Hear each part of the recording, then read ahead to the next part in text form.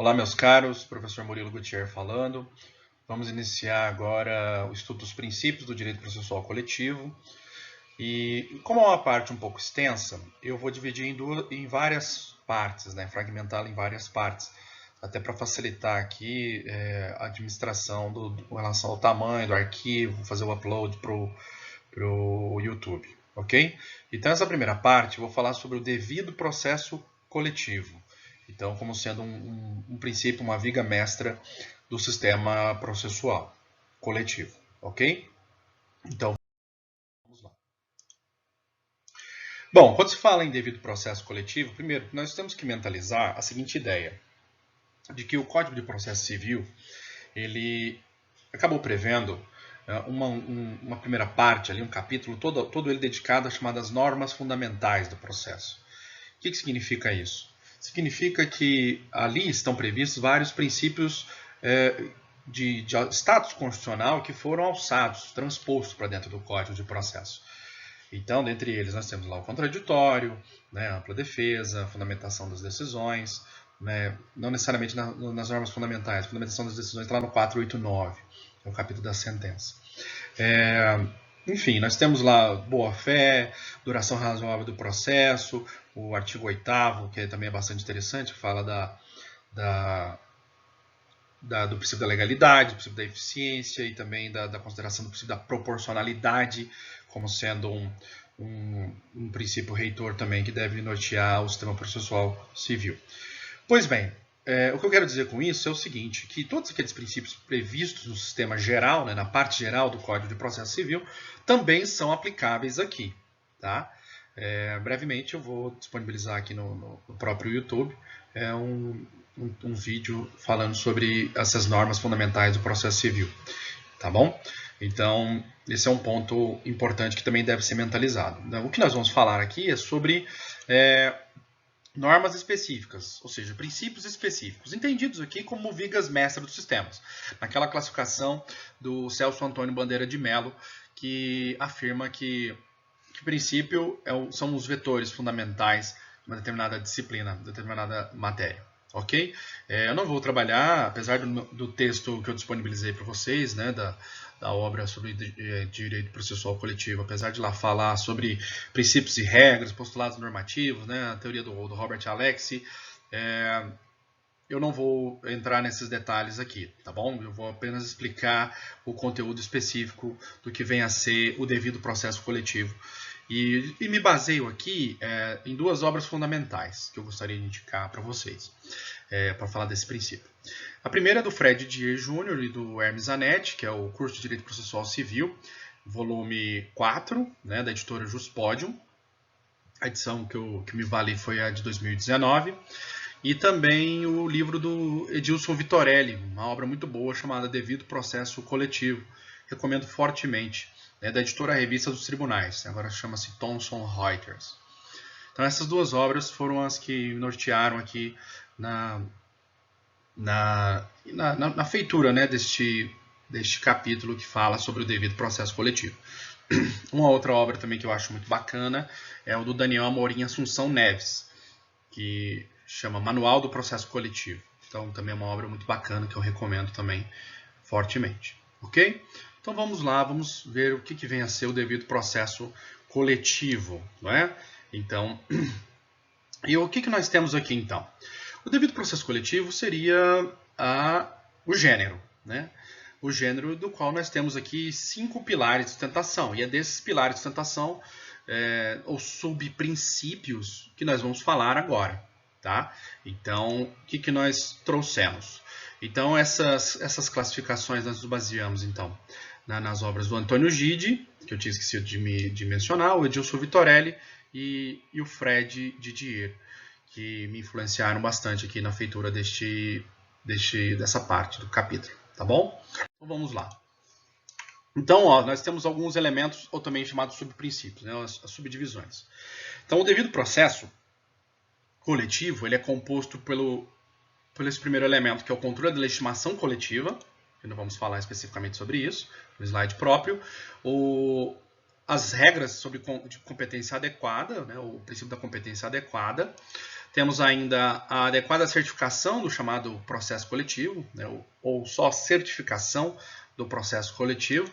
E temos ainda a informação dos grupos, né, dos membros ou grupos, que é uma questão muito também interessante. E por fim, nós vamos terminar essa aula, essa parte, né, de princípios, a primeira parte de princípios de processo coletivo, falando sobre a informação dos órgãos públicos competentes.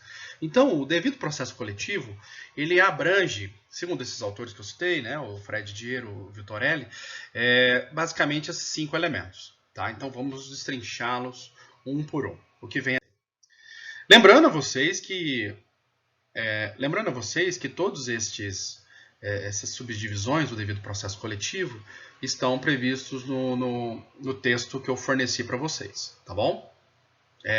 Para quem ainda não tem, está no meu site, murilogutierre.com.br. Lá tem um material sobre introdução ao processo coletivo, tá bom? Então vamos lá. Então, esse devido processo na primeira dimensão, então, o primeiro subprincípio, o primeiro desdobramento do devido processo coletivo, então nós temos o chamado controle da legitimação coletiva. Bom, para que a gente explique isso, no primeiro momento, você tem que mentalizar a seguinte ideia, de que a legitimidade para as ações coletivas, como nós falamos já em outros momentos, a legitimidade para as ações coletivas ela é chamada de extraordinária. O que significa a chamada legitimidade extraordinária? Significa que aqueles legitimados para a propositura da ação, que vem previsto notadamente no artigo 5º da Lei da Ação Civil Pública, aqueles legitimados, eles defendem em nome próprio o direito alheio. O direito alheio é justamente o direito da coletividade. Então, meus caros, e isso é o que a gente chama de legitimidade extraordinária. Eu até fiz um contraponto com vocês, falando sobre a legitimidade ordinária. Fala-se legitimidade ordinária quando se defende em nome próprio, direito próprio. Tá? A legitimidade extraordinária também é conhecida ou denominada por alguns autores como substituição processual. Ok? Então vamos lá. Quando se fala em controle da legitimação coletiva, o que vai se averiguar é justamente se aquele que propôs a ação, aquele que busca propor uma ação coletiva, se ele tem legitimidade para tanto. Até ressaltando a vocês que não é qualquer um que pode propor uma ação coletiva. Tá? Então isso tem que ficar bastante claro e eu convido-os a dar uma olhada no artigo 5º da Lei da Ação Civil Pública, a Lei 7347 de 1985, que lá fala quais são os legitimados. Né? E nós temos o carro-chefe, que é o Ministério Público, também com o imperativo constitucional no artigo 129 da Constituição, que fala que o Ministério Público é o titular da ação coletiva, né, da tutela dos interesses coletivos e sociais. Temos a Defensoria Pública, que foi incluída em 2007. Nós temos a administração direta e indireta também, que podem propor ação coletiva, e temos as associações. Né? Então, quando se fala do controle da legitimação coletiva, o que o magistrado vai averiguar é justamente se aqueles que propuseram uma ação coletiva têm a aptidão para tanto, né? A autorização para tanto, porque, como nós estamos falando de legitimidade extraordinária, só se pode se dar por imperativo legal, só por lei. Tá? Então, é o que alguns chamam também de chamada de representatividade adequada. Tá? O controle da legitimação coletiva também é considerado, trabalhado por alguns autores como representatividade adequada. Então, vocês vão encontrar esta nomenclatura também na doutrina. Tá? Bom, esse controle da legitimação coletiva, nós temos ainda alguns desdobramentos. Bom, o que o juiz vai averiguar? Primeiro, uma dimensão legal, se há previsão em lei acerca se há autorização legal para aquele que está propondo a demanda. Então, essa é uma primeira dimensão. Isso vem previsto na Lei da Ação Civil Pública e no Código de Defesa do Consumidor. É claro que nós temos subsistemas, como a Lei do Mandado de Segurança, né, que falam ainda de outros legitimados, como, e também as ações de controle concentrado de constitucionalidade, que também falam sobre isso. Bom, mas a princípio, né, o principal microsistema que nos interessa aqui é a Lei da Ação Civil Pública e o Código de Defesa do Consumidor, que vai falar daquele rol, né, de quem pode propor ação, como eu acabei de comentar. Bom, ainda, além dessa dimensão legal, nós vamos fazer o chamado controle jurisdicional. O que significa isso? Alguns legitimados para propositura da ação coletiva, como as associações, elas devem ter a chamada pertinência temática. Então, se aquilo que está sendo proposto em juízo, se for feito por uma associação, o magistrado compete fazer a análise de que se aquela associação foi constituída especificamente para aquele fim que está sendo buscado na tutela coletiva. É o que se analisa aqui, se há uma aderência do tema que está sendo debatido com a legitimação. Né? Então, se você tem uma associação de defesa do consumidor, ela só vai poder propor demandas consumeristas. Na associação de defesa dos animais, da mesma forma, somente para a defesa dos animais. Tá bom? Então, essa questão que se analisa é a da aderência, né, com relação do legitimado ao objeto da ação coletiva propriamente dito. Tá bom? Então, isso é o que a gente chama de pertinência temática. Lembrando que o Ministério Público, ele é o chamado legitimado universal, ele pode propor qualquer tipo de demanda coletiva. Tá?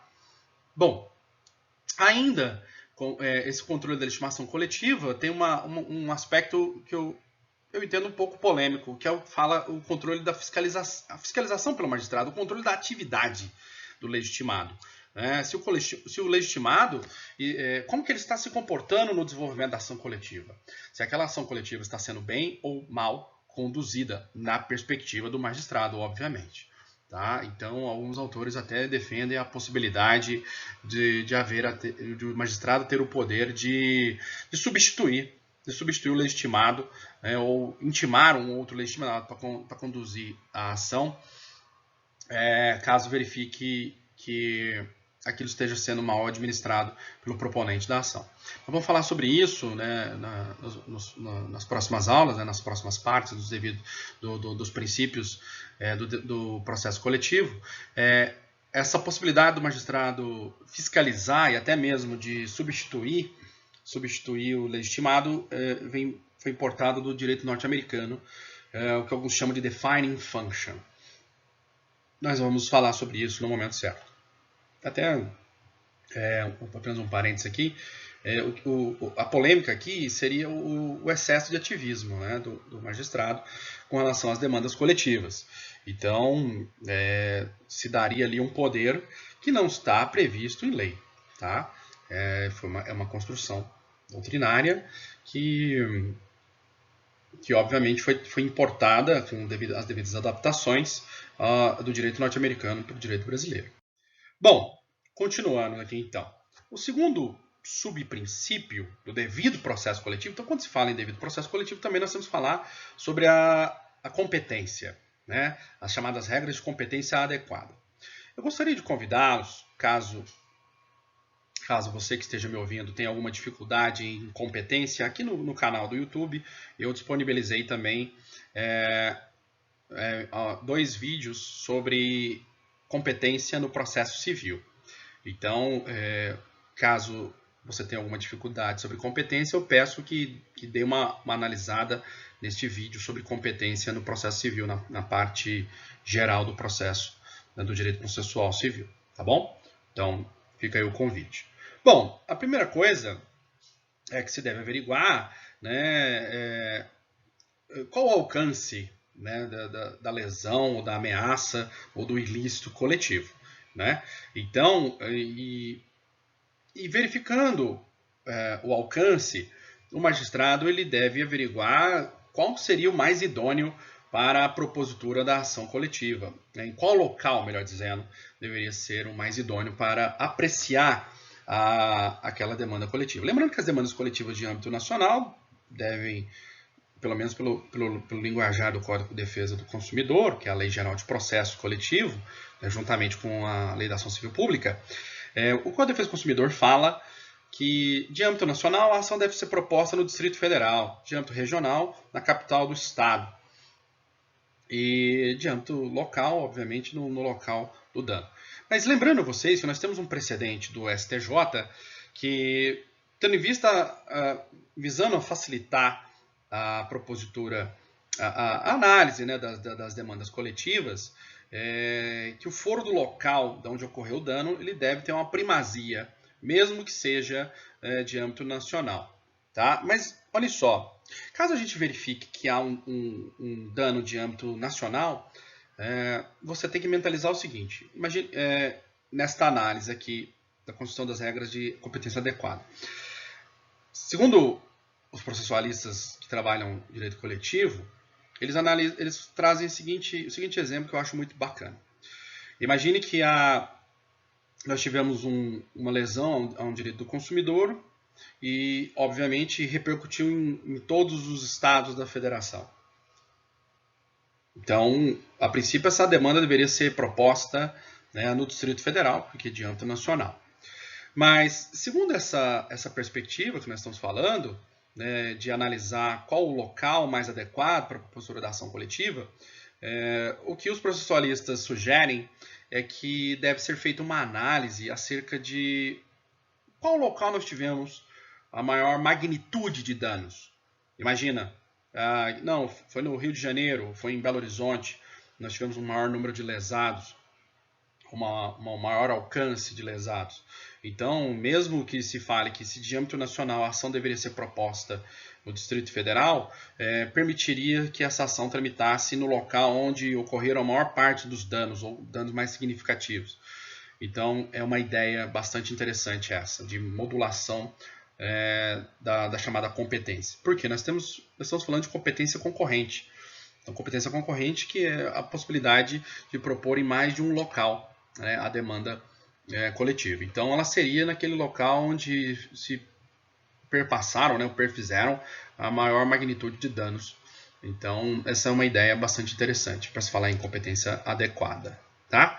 Então, essa pergunta aqui, né, como controlar a competência adequada para os litígios coletivos, então nós temos essas duas perspectivas. Do local do dano, né, segundo o precedente do STJ, e havendo mais de uma localidade onde os danos ocorreram com maior afinco, né, com maior intensidade. Tá bom? Então, mentalize essas ideias. Então, o primeiro ponto, então, você averigua a competência prevista em lei, ok? E vamos averiguar o que seria o mais justo, né? Qual seria o juízo mais adequado para a solução daquele caso. Então, esse critério da magnitude dos danos é um critério bastante salientado pela doutrina processualista nesse assunto. Pois bem, continuando, meus caros, a terceira subdivisão, né, do que tange ao devido processo coletivo.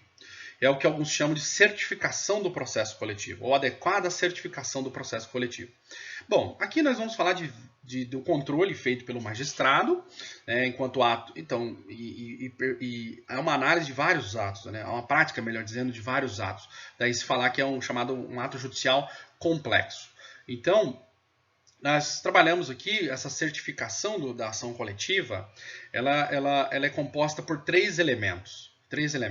Então, quais são? Primeiro, nós vamos falar sobre a admissibilidade do processo coletivo, porque toda a ação deve passar por um controle, um juízo de admissibilidade.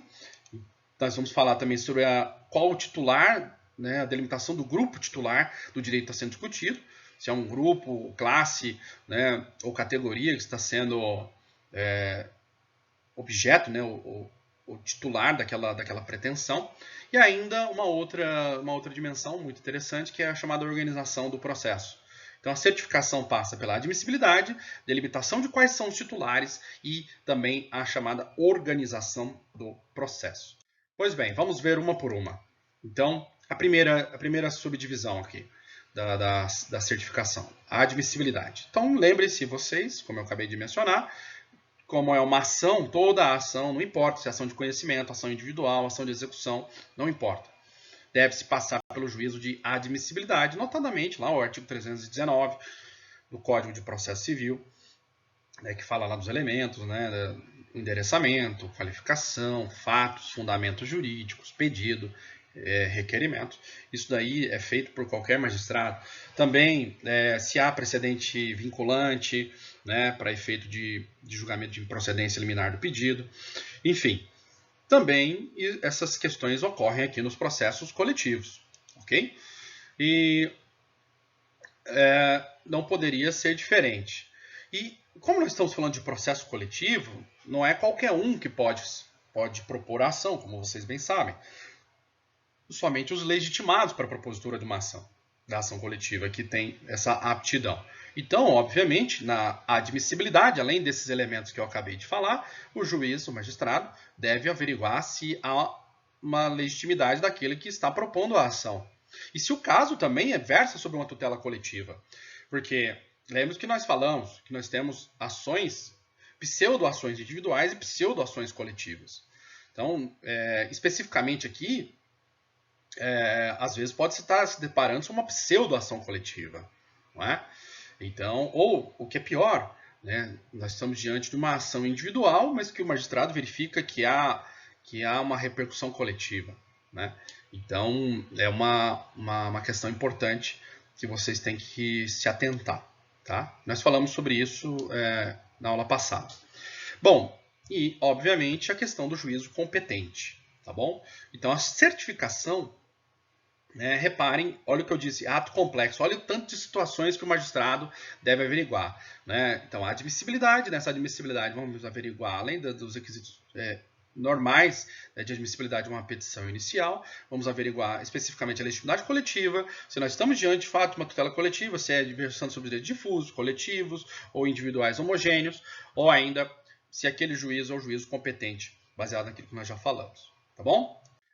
Pois bem, ainda a certificação, além do juízo de admissibilidade do processo coletivo, também nós temos a delimitação do grupo titular do direito discutido, categoria, né, classe ou grupo propriamente dito, né, que vai ser afetado, caso haja mais de um.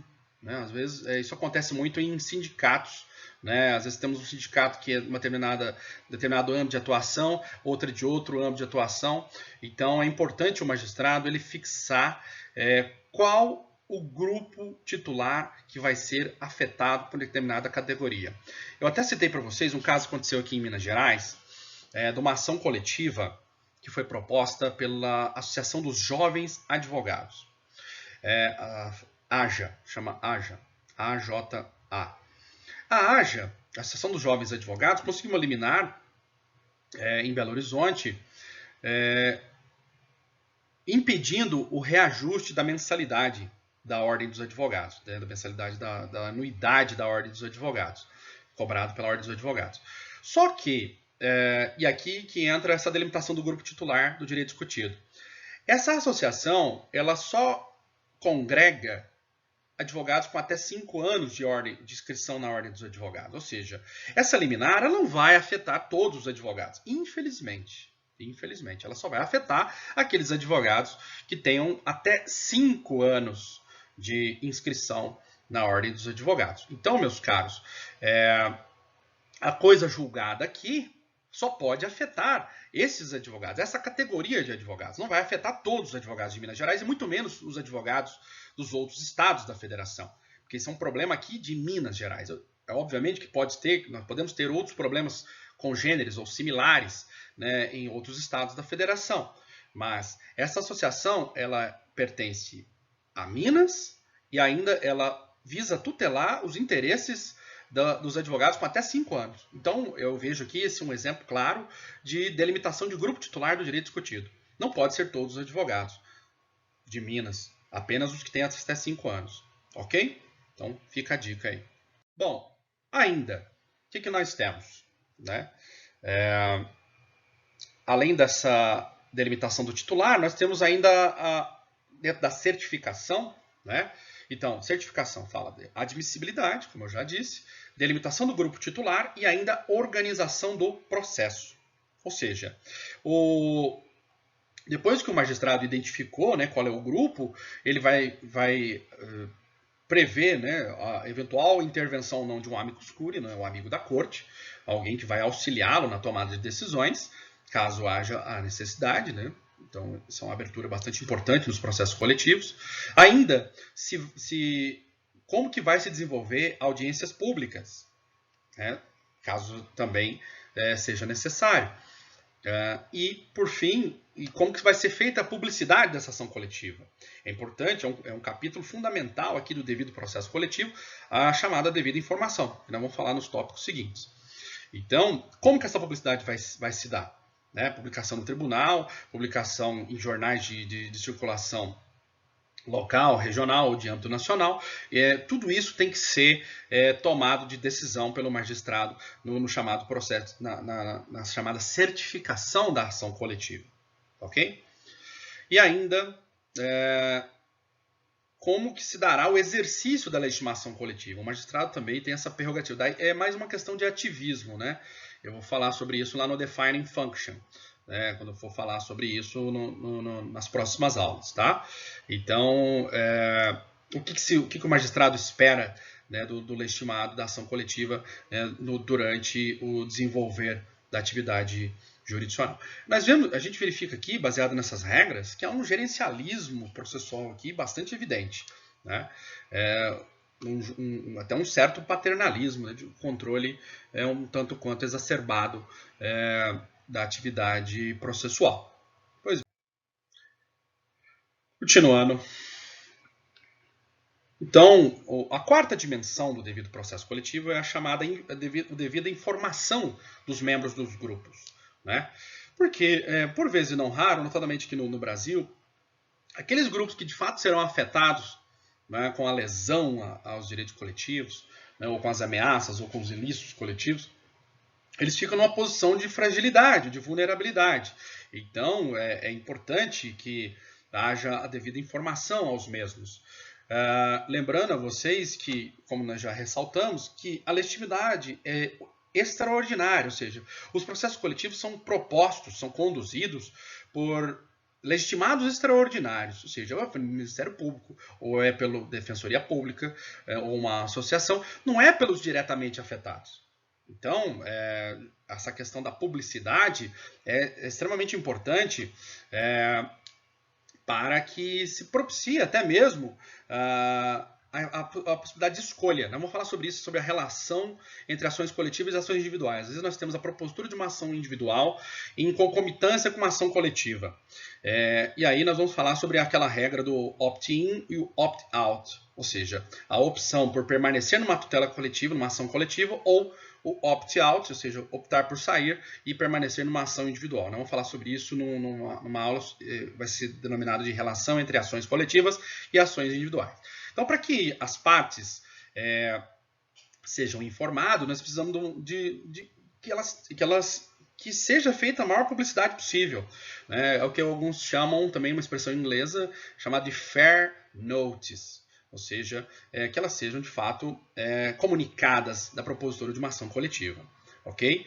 Como eu coloquei aqui para vocês, os afetados têm que ser informados, né, acerca de tudo o que está acontecendo, de quem propôs, se a ação foi admitida, se teve liminar, o que aconteceu. Até para que elas possam se programar ou planejar o seu âmbito de atuação, se vai ser por via de ação coletiva ou de ação individual. Mas só adiantando, não vamos voltar sobre esse assunto, mas o STJ ele tem um entendimento de que, havendo uma concomitância entre a ação coletiva e a ação individual, deve ter a primazia da ação coletiva, sem prejuízo depois, caso essa ação coletiva seja julgada improcedente, sem prejuízo depois da eventual ação individual. Mas eu vou voltar a falar sobre isso na aula sobre relação entre ações coletivas e ações individuais. Tá bom? Pois bem, meus caros.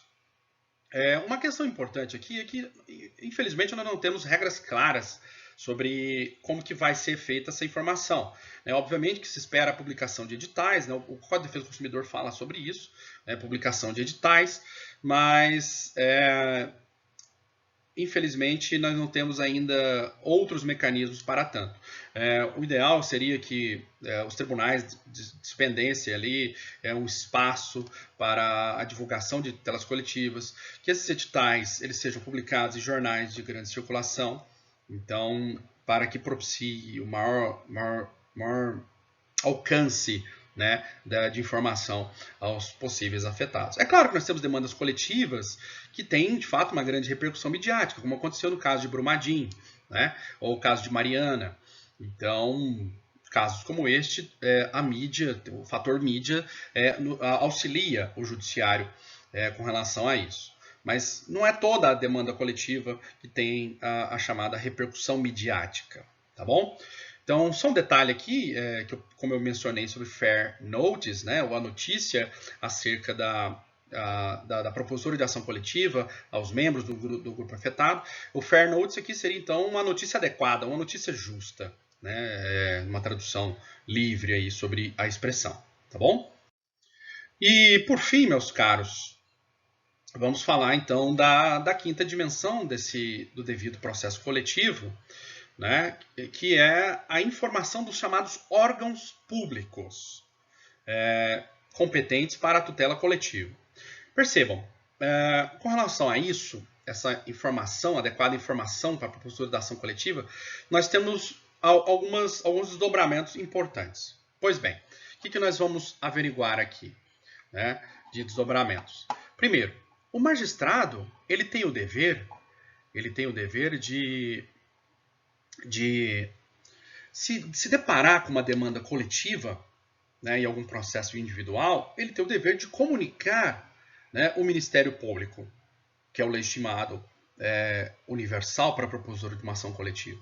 Nós tínhamos até um artigo do Código de Processo Civil, salvo engano, o artigo 333, que foi vetado, infelizmente, pela Presidência da República, que permitia a chamada conversão de ação individual em ação coletiva. Como não existe mais essa possibilidade de conversão de ação individual em ação coletiva, o que se espera, então, do magistrado, baseado no artigo 139, inciso 10, que fala dos poderes do magistrado na condução do processo, é que o magistrado, então, informe, né, aos legitimados coletivos, notadamente o Ministério Público, de que há ali, naquela demanda, uma chamada repercussão coletiva. Né? Aquilo não é um problema meramente individual, mas também individual. Não é um problema apenas daquele autor ou daquele réu, mas pode ter um desdobramento ou uma repercussão coletiva. Então, caso isso seja detectado pelo magistrado, que ele comunique, então, o Ministério Público, os demais legitimados, para que proponham a chamada devida ação coletiva, já que ele não pode fazer a conversão. Ok? Então, geralmente é o parquê, né, o Ministério Público ou a Defensoria. Né? Então, mas não está vedado, não há vedação da informação, né, dos demais legitimados. Bom, uma outra questão, outro desdobramento, né, dessa chamada informação aos chamados órgãos públicos é quando uma ação coletiva já tenha sido proposta. Então, porque na dimensão anterior que eu estava falando, caso o magistrado verifique uma potencialidade de uma ação coletiva. Aí ele notifica os legitimados. Agora, nessa outra perspectiva aqui, da informação aos órgãos públicos, quando uma ação já foi proposta. Aí, o que nós temos? Se não houve a propositura pelo Ministério Público, foi proposto, por exemplo, uma associação, melhor dizendo, essa associação propôs uma ação coletiva, então o Ministério Público tem o direito de ser intimado. Então, caso o Ministério Público não seja o proponente da ação, ele vai acompanhar ali como custos legis, como fiscal da lei. E ele tem o direito, o dever, né, de ser intimado para o acompanhamento daquela demanda coletiva. Ainda, né, se versar sobre defesa da concorrência, nós temos o dever de intimar o CAD, né, porque a defesa da concorrência no âmbito administrativo é incumbência do Conselho Administrativo de Defesa Econômica, então o magistrado federal também, se deparar com isso, ele deve intimar o CAD, né, e também, se estiver falando sobre mercado de capitais, nós temos o dever de notificar, de intimar, melhor dizendo, a Comissão de Valores Mobiliários, né, a famosa CVM. Então, toda e qualquer ação coletiva que envolva o mercado de ações ou o mercado de capitais deve ter a devida intimação também da CVM para acompanhar, né, o andamento daquele processo coletivo, daquela ação coletiva. Ok? E, por fim, né, concluindo aqui esta parte, né, dos princípios do processo coletivo, né, no que tange ao devido processo coletivo, nós temos ainda também o dever de informar com relação aos resultados da ação coletiva, justamente para propiciar que seja feita a devida execução, o cumprimento de sentença, né, para que haja de fato uma fiscalização no que tange à produção de efeitos daquela decisão judicial acerca da tutela coletiva dos direitos. Ok? Pois bem, meus caros, nos acompanha aí, logo logo nós disponibilizaremos mais princípios do processo coletivo. Por hoje era só isso. Muito obrigado, um abraço.